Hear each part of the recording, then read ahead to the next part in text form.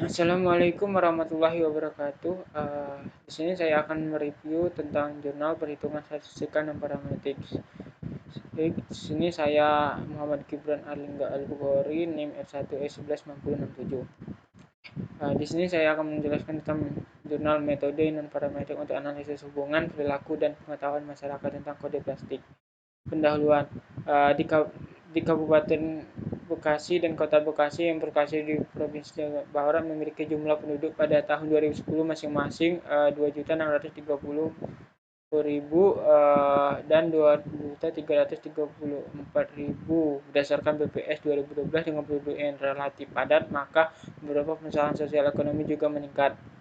Di bidang kesehatan pada tahun 2007 masih terdapat 20,81% balita di Kabupaten Bekasi dan 9,58% Kota Bekasi mengalami gizi buruk dan kurang gizi. Hal ini menunjukkan bahwa masih banyak balita dan gizi kesehatan kurang diperhatikan. Berdasarkan beberapa permasalahan, perlu dilakukan analisis untuk mengetahui hubungan antara pendidikan, pengetahuan, dan perilaku masyarakat dalam menggunakan produk plastik. Beberapa metode statistik parametrik dapat digunakan, namun metode tersebut memiliki banyak asumsi yang harus dipenuhi. Apabila asumsi tidak dipenuhi, maka dapat digunakan metode non-parametrik. Metode ini memiliki beberapa kelebihan, yaitu dapat digunakan pada data kecil dan bersifat distribution free. Salah satu metode untuk menguji hubungan antar variabel adalah uji chi-square. Nah, dan ini adalah metodenya. Ada metode analisis yang digunakan adalah analisis deskriptif, uji square, dan uji Wilson. Nah, untuk mengetahui apakah terdapat perbedaan pengetahuan masyarakat sebelum dan sesudah sosialisasi. Nah, di sini ada contoh dari uji chi-square adalah test of independence, merupakan salah satu pengujian untuk mengetahui hubungan atau kebebasan antara variabel yang bersifat kategori. Nah, dan di sini ada H0 dan H1, ada variabel A dan variabel B yang saling bebas dan tidak saling bebas, dan di sini ada contoh rumusnya dan variabel tabelnya.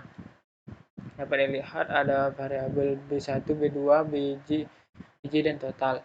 Dan kemudian statik uji dibandingkan dengan statik tabel dengan derajat bebas dengan rumus tersebut df r dikurang 1 c dikurang 1 jika x2 lebih besar dari x2, r dikurang 1 c dikurang 1 sama dengan alpha. Tolak H0 sehingga dapat disimpulkan bahwa antara variabel A dan variabel tidak saling bebas atau saling berhubungan. Nah, di sini ada status ujinya pada gambar di sini. Nah, ada keterangannya kalau N banyaknya data yang berubah setelah diberi perlakuan berbeda, sedangkan D jumlah ranking nilai selisih yang negatif. Nah, sementara itu ada kode plastik yang sebaiknya diketahui oleh masyarakat. Yang pertama adalah kode 1 yaitu PT, kode 2 ada HDVE, kode 3 V, kode 4 LDVE, kode 5 VV, kode 6 PS, dan kode 7 other. Dan semuanya ada keterangan sudah dijelaskan berdasarkan nomornya. Nah, selanjutnya hasil dan pembahasan dari analisis square dan analisis Wilson. Di sini ada hasil uji square yang menguji hubungan antara pendidikan terakhir dan perilaku masyarakat. Dan hasil analisis menggunakan uji ditampilkan pada tabel 3. Uji tersebut digunakan untuk menguji apakah terdapat perbedaan pengetahuan masyarakat sebelum dan sesudah mengikuti sosialisasi kode plastik. Dan uji analisis chi-square ada pada tabel 2 dan analisis Wilson pada tabel 3 sebelah kanan. Dan keterangan yang ada di sana hasilnya. Kesimpulannya, berdasarkan dari hasil analisis dan pembahasan didapatkan kesimpulan bahwa secara umum masih banyak perilaku masyarakat yang kurang perhatian mengenai kode produk plastik dan penggunaan dari keseluruhan responden. Sejumlah 54,76% menyatakan bahwa mereka kadang-kadang melihat kode ketika membeli produk plastik. 44,19% responden kadang-kadang tidak membeli ketika produk plastik tidak berkode. 37% kadang-kadang menggunakan alat makan atau minum berkode, dan 51% kadang menggunakan produk plastik berkode untuk makan keadaan panas. Nah, selanjutnya ada analisis non-parametrik dalam menentukan faktor-faktor yang mempengaruhi mahasiswa tidak melanjutkan studi pada semester pertama. Pertama ada pendahuluan pada contohnya pada STIMIX. AMIX Riau merupakan kampus pertama di Provinsi Riau di bidang teknologi komputer yang eksistensinya diakui oleh masyarakat. Namun berdasarkan data 3 tahun terakhir pada Biro Administrasi Akademik Kemahasiswaan, jumlah mahasiswa baru pada semester 1 yang tidak melanjutkan studi sampai ujian semester cukup tinggi. Pada tahun 2012 ada 49 orang, 2013 53 orang, dan tahun 2014 59 orang. Beberapa penelitian terdahulu telah melakukan penelitian menggunakan non-parametrik, di antaranya yang menggunakan model regresi non-parametrik berdasarkan estimator polinomial lokal kernel pada kasus pertumbuhan balita. Nah, yang kedua adalah tentang prospek statistik non-parametrik dalam pendidikan tinggi dalam regresi linear sederhana. Nah, ketiganya data mining untuk menganalisa prediksi mahasiswa berpotensi non-aktif menggunakan metode decision tree 4.5. Namun sejauh pengetahuan, penulis faktor menyebabkan mahasiswa tidak melanjutkan studi pada semester 1 khusus pada STIMIK Riau. Nah, dan ada selanjutnya metode penelitiannya tujuan untuk menguji dan menganalisa data mahasiswa yang menyebabkan mahasiswa tidak melanjutkan studi semester pertama.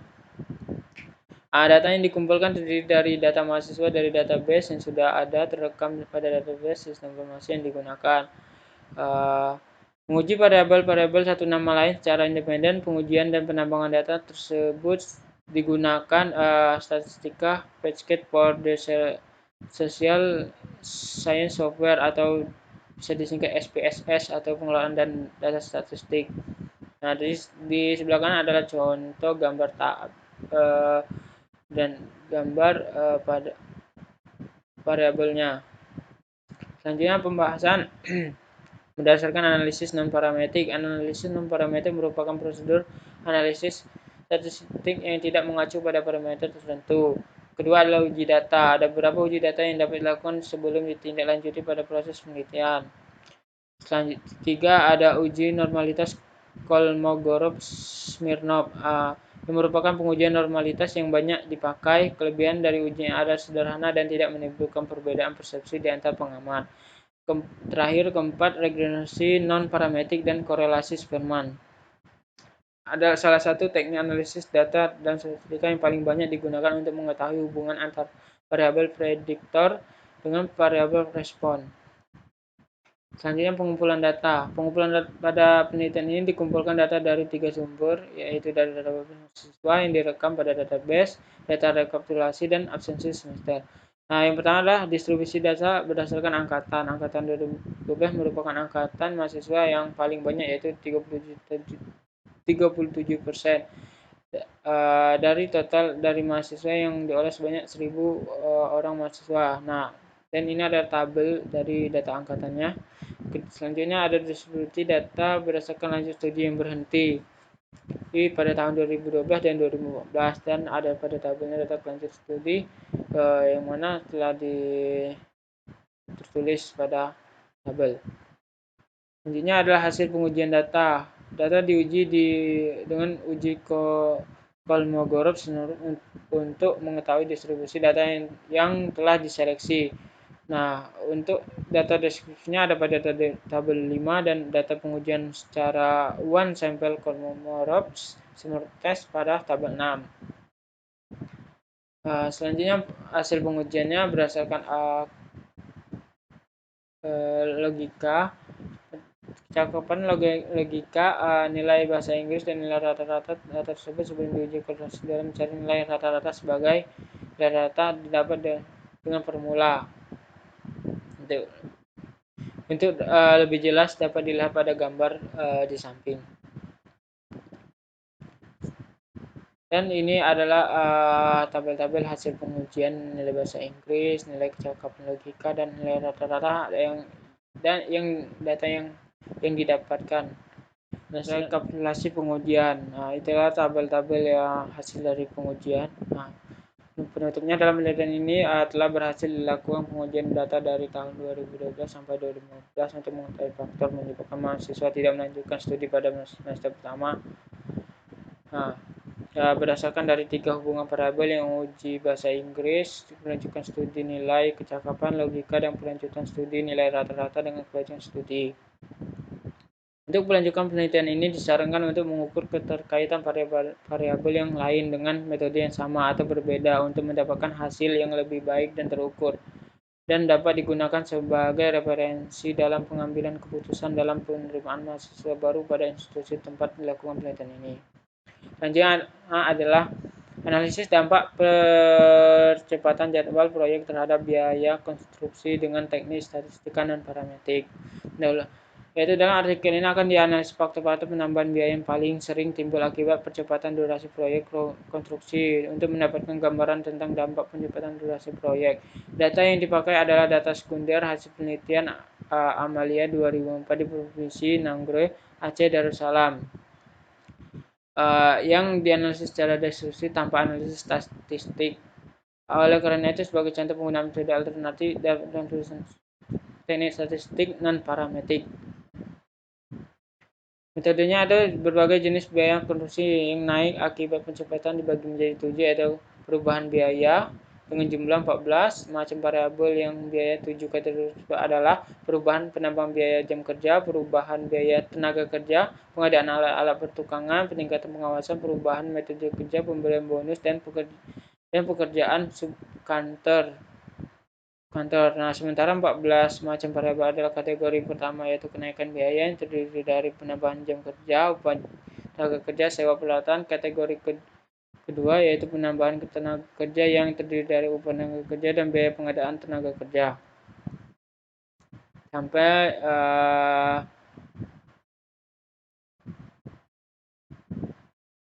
dari 7 masing kabupaten dan kota tersebut.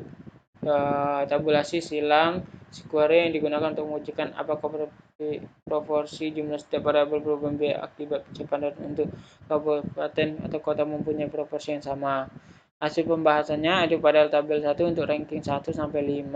Hasil dari kuesioner yang disebarkan 7 kabupaten dan kota memperlihatkan bahwa penambahan jam kerja, kenaikan upah tenaga kerja, dan biaya penambahan pengawasan, kenaikan biaya pendapatan durasi konstruksi bangunan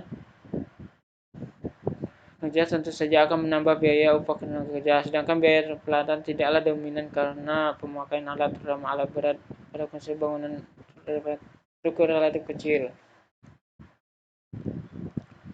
Lebih lanjut, untuk mengetahui proporsi distribusi frekuensi, responden mengatakan ya atau tidak hubungan dengan kenaikan biaya akibat adanya percepatan jadwal proyek. Uji tabulasi silakan silang chi-square perlu dilakukan, dan hasilnya untuk ke-14 variabel kenaikan biaya yang disebutkan pada tabel 1 memperlihatkan perbedaan sangat signifikan.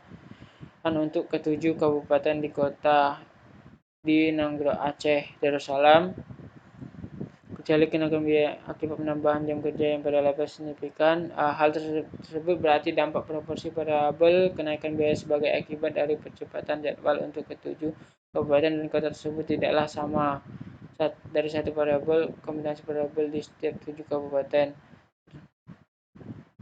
Dan ini ada contoh tabelnya yang untuk lebih jelas lagi dapat dilihat di tabel ini. Selanjutnya ada tabel kedua. Di sini kita dapat melihat dari uji dan tabel 3. Namun demikian, analisis dapat dilanjutkan dengan menguji perbandingan secara berpasangan untuk kategori kabupaten dan kota sehubungan dengan urutan ranking variabel kenaikan biaya, sehingga korelasi ranking dapat diketahui di seluruh sampel kabupaten dan kota sebagaimana yang dilihat pada tabel 3. Nah, terakhir kesimpulannya, dari data nominal yang dihasilkan oleh Amalia 2004 terlihat bahwa data yang dideskripsikan secara sederhana bisa dianalisis lebih lanjut menggunakan analisis statistik non parametrik, yaitu korelasi, Spearman, Rho, dan chi-square tabulasi silang. Hanya saja hasil tersebut perlu diteliti lebih lanjut penyebab mengapa ada yang berkorelasi signifikan atau mengapa proporsi frekuensi yang mengatakan ya dan tidak setiap variabel kenaikan biaya akibat percepatan jadwal proyek tidak sama untuk semua kabupaten dan di kota Negara Aceh Darussalam. Juga dapat disimpulkan bahwa variabel jam kerja, upah tenaga kerja, dan biaya pengawas mengalami kenaikan biaya yang dominan akibat percepatan jadwal proyek konstruksi bangunan gedung berdasarkan persepsi kontraktor di 7 kabupaten dan di kota Negara Aceh Darussalam. Oke, sekian, terima kasih.